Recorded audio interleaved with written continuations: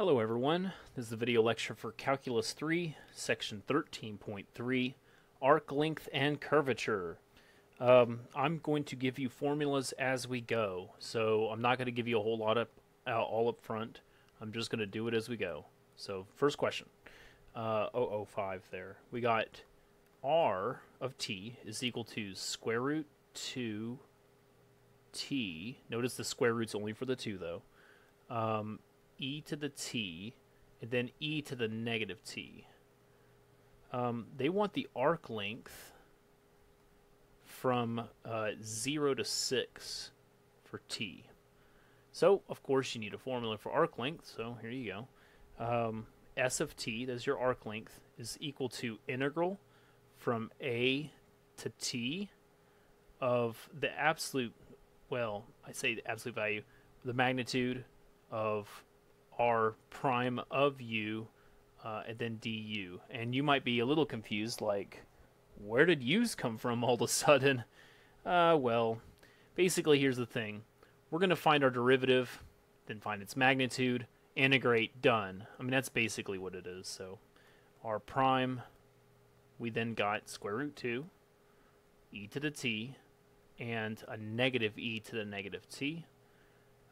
We want our magnitude of r prime, of course.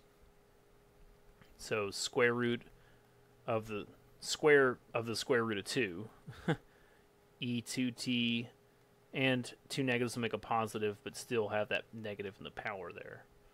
Okay, and so then we take this guy, and we're going to integrate it from 0 to 6. That's what we got. So 2 plus e to the 2t. Plus e to the negative 2t dt. Okay. How do we do that now? That's the question. So I went to actually look up the solution guide for this. I mean, I knew exactly how to do this at some point, but just it was a little weird how they approached it. They put the 2 in the middle. So I'm going to show you their steps here. And then after putting that 2 in the middle, they said, aha, I've seen this before. And magic math happens. And we get e to the t plus e to the negative t, e to the t plus e to the negative t. Now you might be thinking, well, how did that happen? Just hold on one more second. Because there's 2 of them, we're going to square it, and the square and the square root will cancel. And so then this is actually what we're going to be working on here in a second, which is much easier. So how do we go from here to there? Honestly, it's difficult. It's more of a, hey, I think I've seen this before kind of thing. And if you went from here to there, you could definitely prove that to be a true statement. For sure, I know that'll work. So how do you know when to do it? I would say when you have this positive and the negative, and then a constant of some kind. This actually happened a whole lot. I think it was maybe Calculus 2. I'm pretty sure. This happened a whole lot. So technically, I'm not going to say that you should be surprised or something. I'm just going to say hopefully you've seen this before at some point. But I'm going to move on. This integral is much easier. We got e to the t and negative e to the negative t for that one there. We're going to go from 0 to 6. That's a 0 to 6.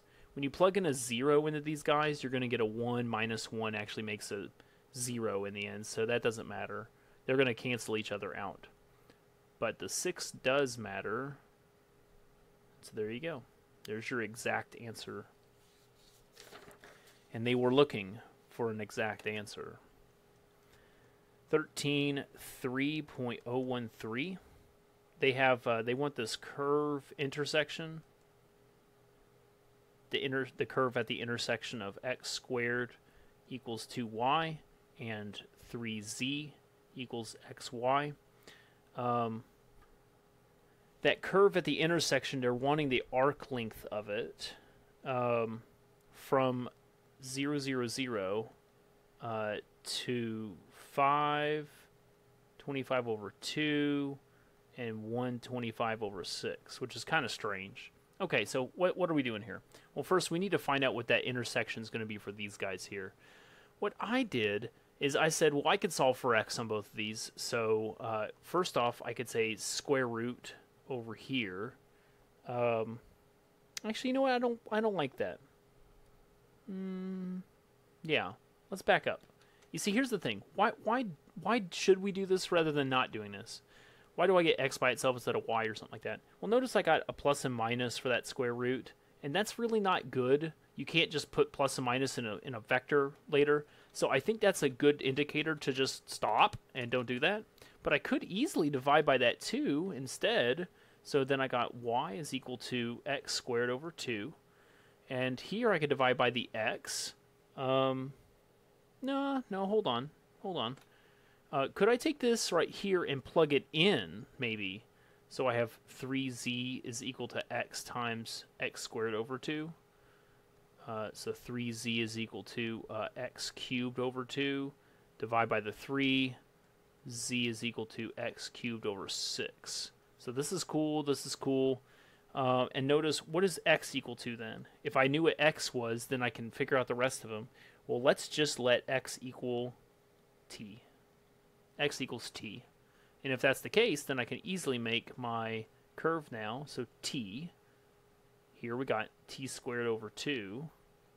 And then I got t cubed over 6. And I did that on purpose. This right here. Because what else should x be? X is x. But we need all t's. So just set that, assume that, do something about it. You have to make this happen in order for the curve to happen there. All right, well, here's the thing. This is actually an x, y, z point, essentially, right? And they had said that we were going from 0, 0, 0 to 5, 25 over 2, 125 over 6. What do you think? Do those look similar? So this guy right here, this is t equals 0 all day long. That's easy. You can see that right there. And what would this be down here? You can see it's going to be a 5. So we're going to go from 0 to 5 on our integral. Well, now we need, since they want arc length, we need to find our derivative. Oops. And then the magnitude. Sorry, we're almost there. 1, the 2 comes down, so it's just a t. The 3 comes down, so you got a t squared over 2. Yep. And then now the magnitude of that. 1 squared, t squared, and 1/2 t squared squared. All right, so now I'm going to integrate from, this is my arc length, my final answer, 0 to 5, 1 plus t squared plus 1/4 t to the 4th. And you might be wondering what to do here. Let me tell you that I messed this one up many times, okay? Like, I didn't quite know what to do here. That's an S, by the way. So let me show you what I did eventually. This was strange. Just kind of roll with me for a second. What if I had 2 over 2 in the front? And you might be wondering, well, why that? Let me show you. I'm going to take this 2, and I'm going to put it inside of the square root. So now I got a 1/2. And on the inside, when it goes in, it's not a 2 anymore. It's actually a 4. Think about it for just a second while I write all this stuff down. That 4, when you pull it out of the square root, when it goes back on the outside, if I were to do this, wouldn't it be a 2? So that's a good move. I'm going to then distribute it to all these guys. There is a purpose to all this. 4 plus 4t, and then plus, t squared. And then notice here, the 4's cancel, make a t to the 4th. And if you were to rewrite this a little bit better, t squared squared plus 4 t squared plus 4, you can notice that middle term is going to let me factor. It's actually what 2 numbers multiply to 4 but add up to 4 is 2 and 2. So it's t squared plus 2 squared. Square root and the square cancel, leaving t squared plus 2 all, nope, not without the square, dt. There you go. Okay, whew. And this is much easier to integrate now. T cubed over 3 plus 2t from 0 to 5. The 0 is going to cancel everything. The 5 you can plug in. So 1/2. Then 5 cubed is 125 over 3 plus 10. Let me go ahead and give you the answer. 155 over 6. There's your exact answer. Cool. Well, that was something crazy. That's calculus 3. What can you do? So, next problem, 133007. Feels like I went backwards almost a little bit. So I have r is equal to 2t, 3 cosine t, 3 sine t, and they're wanting two different things here. They want cap t, the unit tangent vector, which formula is r prime divided by magnitude of r prime. And then I have cap n, my unit normal vector, which is cap t prime divided by magnitude of cap t prime. Now, let's just zoom out a second here. Cap t is hard enough to get because you're going to take derivatives and divide by magnitude. Cap n, unit normal vector, is this guy's derivative, and then you got to go and do this. It's just crazy. So slowly but surely it should work. Let's find our first derivative here. So we got a 2. Cosine is going to go to a negative sign. And then sine goes to a cosine. Okay. Let's find that magnitude. Well, as you know, you're just going to square each of these terms. Oh, let me make it look a little bit better. When I square this, I get 9 sine squared. And here again, 9 cosine squared. So that's going to be a 4. And notice these sines and cosines here. If you factor the 9 out to the front of both of these guys, you get sine squared plus cosine squared is a 1. So then basically 9 times 1 is a 9. So essentially my magnitude for this is just square root 13, which is really nice. So then my cap t, not prime, yet, I'm going to have to do that here in a minute, is my original r prime all divided by square root of 13. And so you can distribute that into all these if you want to. I don't think it's required, but certainly something that's possible.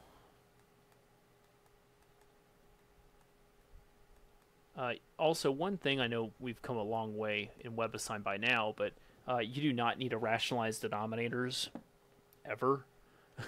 Moving on. So there's one of your answers. Now we got to find that derivative and keep going. Derivative of a constant is a 0. Here we got a number in the front, shouldn't scare us. Sine is going to go to a cosine. And cosine is going to go to a negative sine.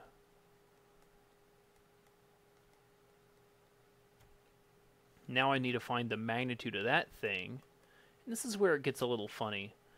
0 squared plus all this stuff squared. Let me just go ahead and 9 over 13 cosine squared, 9 over 13 sine squared. And we've seen this before. Right here again, you can factor out these 9 over 13s. Cosine squared and sine squared make a 1. So basically this guy, which if you actually do it, is a 3 over square root 13. Cool. So that's its magnitude. Now, we combine them.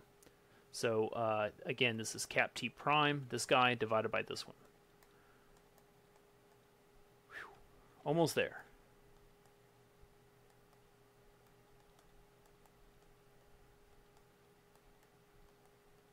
Then all divided by 3 over square root 13. You know what's funny about all this?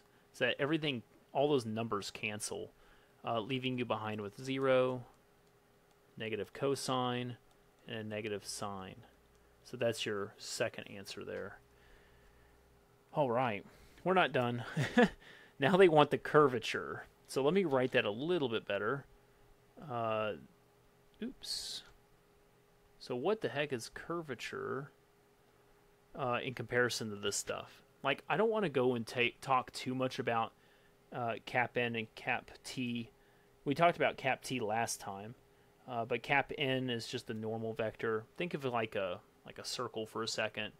And so this is your path. This is your r going around. Your cap t would be a tangent vector at any moment. Cap n is the perpendicular to that. So there's your n, this is your t, and this pathway is an r. So there's your vectors, I guess, in like two-dimensional land. Well, curvature is kind of like the inverted radius of that curve. So it's 1 over the radius, but we're going to talk more about that in particular later. This is going to come up on a different problem. But essentially, curvature is saying how much curve do you got there. Like, compare this. Let's do this, and there you go. So that's good enough. Notice this has a lot of curvature right here, right? But here, what's the curvature? It's really small because it's going to be a huge circle to try to make that accomplish. And right here, again, we have a pretty nice circle. Right here, we got a fairly tight circle. But right here, again, it's really big. I'm saying if I had a curve that kind of was flat for a little bit, if this section right here, it has to be part of a circle, how big would that circle be? And it would be huge. That circle would have to be very large because there's not a lot of curvature. And that's why they're inversely proportional. Look at the radius for that circle, basically. Very large radius, therefore a very small curvature. Here, we can kind of see that circle right here, and you can see that circle forming here. So those are smaller, but like these are bigger. Okay, so that's the concept of it. So what's the formula? So K, and this is not just a K, actually. It's actually a kappa. It's a Greek letter. But, I mean, you know, it looks like a K. So it's just got a little tail on it. There you go. Now it looks like a Greek letter. So we got, it's cap t prime, magnitude of cap t prime divided by magnitude of r prime. That's one of its formulas. We're going to use that here because it's pretty easy. We have both of those numbers. So we have this one, and then we have this one from earlier. Cancel, and you make 3 over 13. Well, you don't cancel. Let's just pause for a second. This one confused me as well. This is technically two fractions over one another, so you take this one and flip it up. And then, so what you really have is square root 13 in the bottom. There's a 1 up there. So these guys don't cancel. They combine to make this guy here. See, I was even saying it, and I was wrong. Just watch out. I remember that being a problem for me, too. Okay. Whew. Let's talk about more curvature stuff. So 13, 3, 0, 29. I have an r of t is equal to 7 t squared, t cubed, and it says find the curvature. So find the curvature at 0.711. Before we keep moving, notice all this at point P. What is t equal to? What is t equal to make that happen? Well, t equals 1. We can all agree on that. Okay, so here's some more formulas for kappa. I might as well just give them to you. It's absolute value, not magnitude, absolute value of y double prime divided by 1 plus y prime to the,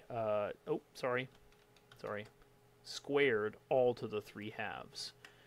This one only works in 2 dimensions, so that's a 2D land. We don't have that. We have 3D land here. So I'm going to give you another formula. We got magnitude of cap t prime divided by magnitude of r prime. And that's okay, but that would take forever to do because I'd have to take the same thing and derivative. It'd take forever. So is there another formula? Yes. So this is now the magnitude of r prime cross r double prime divided by magnitude of r prime cubed. I'm going to use this formula here. These are both 3D, by the way. I'm going to use this one in particular. So how does this work? I need to find my first derivative. And so here we go. From my original here, I got a 7, 2t, and then 3t squared. Cool. R double prime, what's my second derivative? 0, 2, 6t. Awesome. But remember that my t equals 1, right? So my r prime at 1 in particular is, it's just numbers. So I got 7, 2, 3. My r double prime at 1 is 0, 2, and 6. Okay, so taking those, I'm going to find my cross product, and then I'll do a magnitude thing, and then we'll put it all together. So I'm just trying to follow this formula. So cross product, and then I can start doing other stuff. Okay. See, always a 0. Got a 14k. There's a go. 7 times 6 is 42. It's a negative j component. Good enough. 0 times any is 0. Always a 0. I got a 12 positive I component. Any times 0 is 0. Got a 6. This will be actually a negative 6i. It's a negative I component, and then definitely a 0. And so my vector would be my i's make a 6, my j's make a negative 42, and my k's make a 14. Now I want the magnitude of that.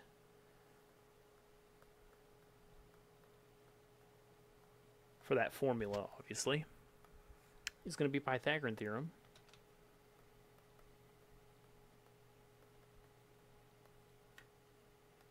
Okay. Pretty sure I used the calculator. 1996. Okay. And then finally, we need our magnitude of r prime, which is right here. Again, I'm just using numbers here. So that would be the 7 squared, 2 squared, 3 squared, which I think came out to be 62. And so here's my final one. My kappa is going to be now square root of 1996 divided by the square root of 62, and watch this, cubed. Go way back to the original, see how his magnitude cubed. So you got to cube that down there. That's your exact answer. I'm not doing it anymore. That was long. Well, if you thought that was long, this one's going to be even longer. So here we go. Next one. 13.3.034. It's a very good and classic problem. I really like this problem, and I got it wrong a lot. So let's do it together. They're wanting to find where the maximum curvature is. Curvature. Yeah, close enough. So where is that? And they're asking it as an XY point. And so what we really want to do, we could also say a minimum of the radius of curvature. I don't think I actually do that, but let me talk about it. Minimum of the radius of curvature. Let me show you. What does this graph look like? Well, it looks like log. And so I'm wanting to see where its curvature is most. Yeah, how much I want to see that curvature, that small radius or like a tight circle. Well, let me zoom out. This is fine and all, but let me really zoom out here. I'm going to draw it really big. And this is zoomed. It almost looks like that. I mean, it's got maybe a little bit more arc to it up here, but it's really it almost flattens out over time. Okay, so that's okay. What I'm getting at is that there's a point where it seems to curve more than the rest, and it's right around here. It's right around here. Now that, you know, am I making a perfect circle for that? No. But like, if I had to have this as a circle, this thing would be huge. If I had, like down here, it's almost flat. So if I had to have a circle here, it would be so massive just to make that curvature work. So I'm not looking for those huge big circles here. I'm looking for this tight grouping right here. It's somewhere around like small x's. I don't know what x is equal to.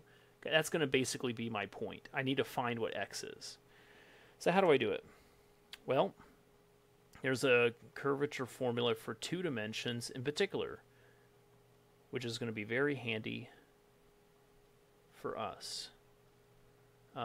That's what I'm going to do. Well, hold on. They don't want the curvature. Remember, they want to maximize the curvature. And so how do we do that? Well, let's get this, and then I'm going to show you what to do after that.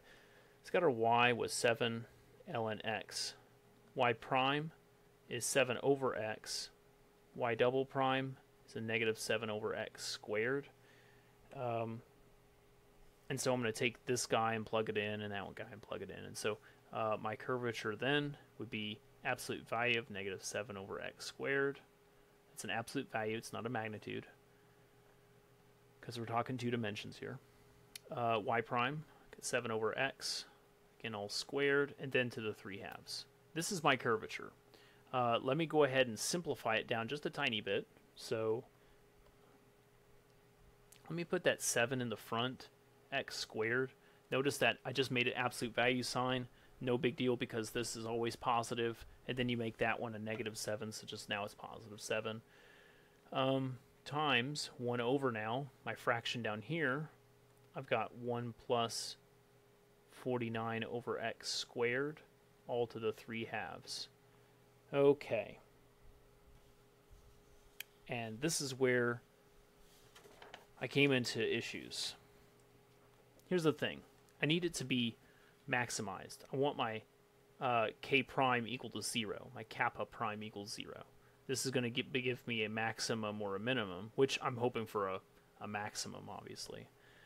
And so how do I make this happen? What's my derivative of this thing? It would take a while. I mean, it's technically possible. It's just really ugly looking. So what I want to do instead is I want to break this down a lot. And I've got a ton of steps on how to do this. I'm going to try my hardest not to skip any, but we'll see. I'm going to move the 7 back up, and this guy's going to get on the inside here, as now, this is going to be strange here, okay? He's actually x squared to the 2/3, and then times 1 plus 49 over x squared, and then all, yep, all to the 3/2. How'd that happen? Well, notice if I were to distribute this power to both of these, I would get my original over here, but over here we would cancel and get an x squared. So that's an acceptable move. Notice that the 2's are going to combine to make a 4, and so here we now have x to the 4/3 times all this stuff.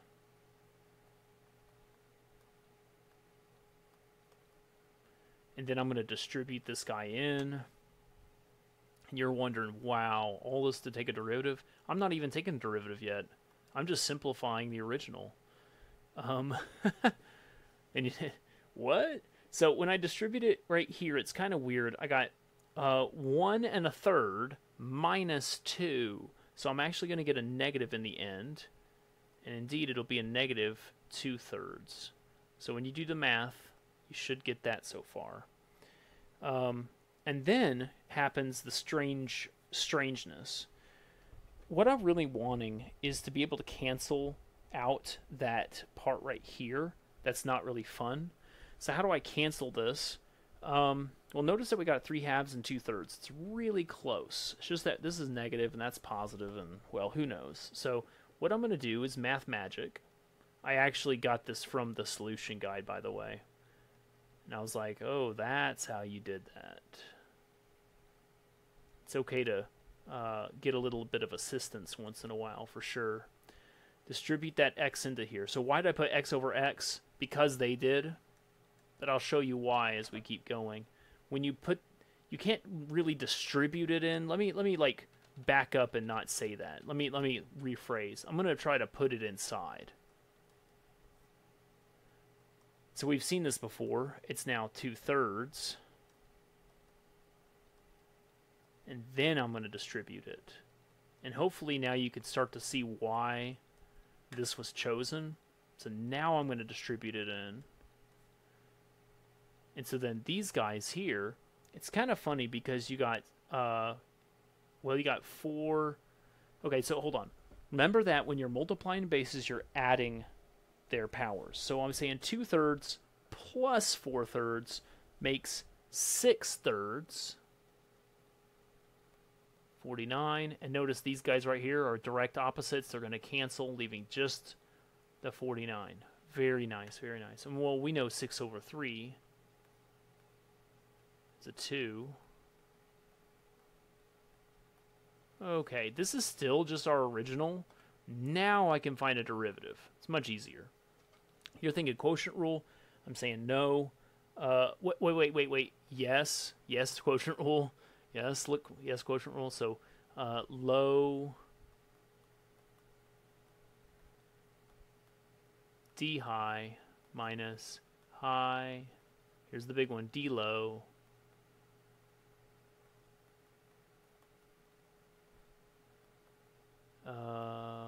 There we go. That's a 2x chain rule stuff there.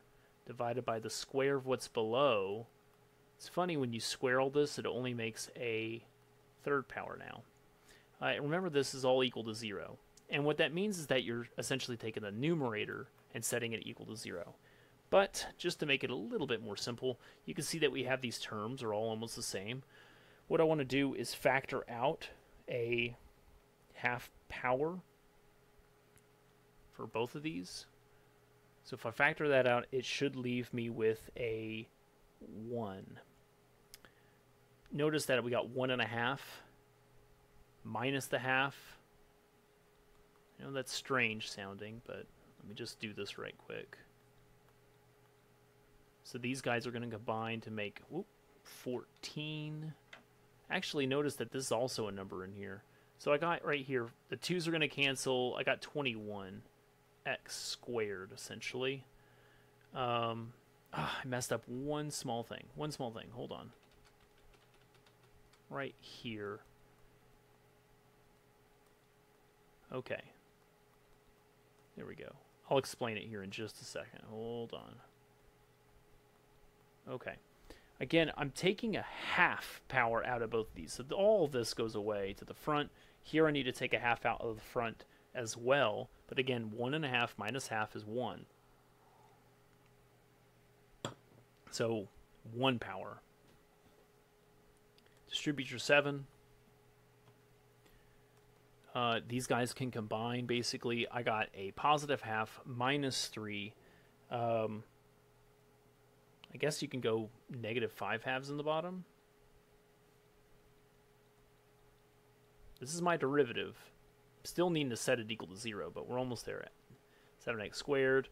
7 times 49 is 343 minus 21x squared. This is still equal to 0. That's a 5 halves down there, by the way. I was just combining these guys together. These will combine to make a negative 14x squared divided by whatever. And it doesn't matter because you're only needing the numerator anyways. Whenever you're setting anything equal to 0. What's 0 over 1? 0. What's 0 over 5? 0. What's 0 over 100? 0. They're all 0 because the numerator is 0. So, taking this now, I got x squared would then be 343 over the 14 square root. So x equals, it would technically be plus and minus 343 over 14. But if you go back up to the graph, if you remember that graph for ln, it's going to definitely be a positive number. So I'm going to stick with the positive. You can cancel these guys. There's a 7 for both of them. Blah, blah, blah, blah. 7 over square root 2. That is not your answer. That is now x. What we need is our y. y was equal to 7 ln x. And so here we go. You ready? Finally there. Man, that took a long time. We got 7 over square root 2 for my x. My y value is 7 times ln of 7 over square root 2. There you go. That's part A. Now for part B. Oh, no!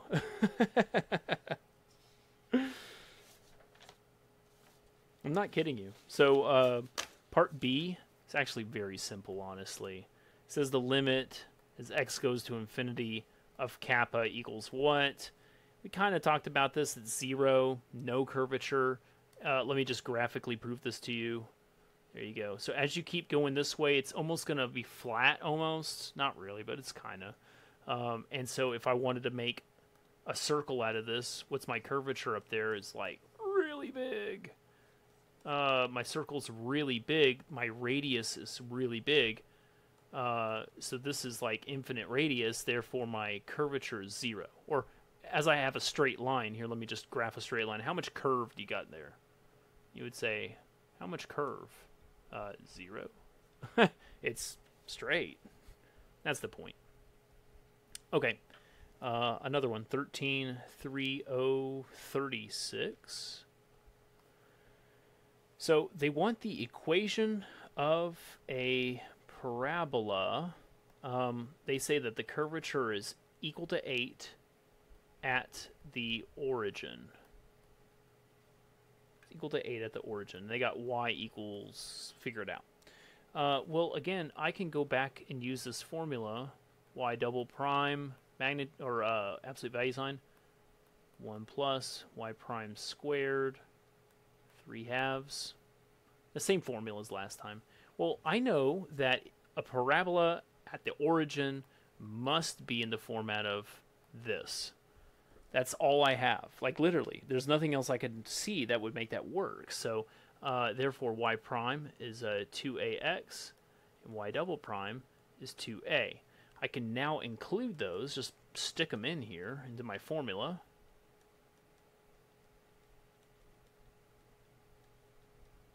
Like that.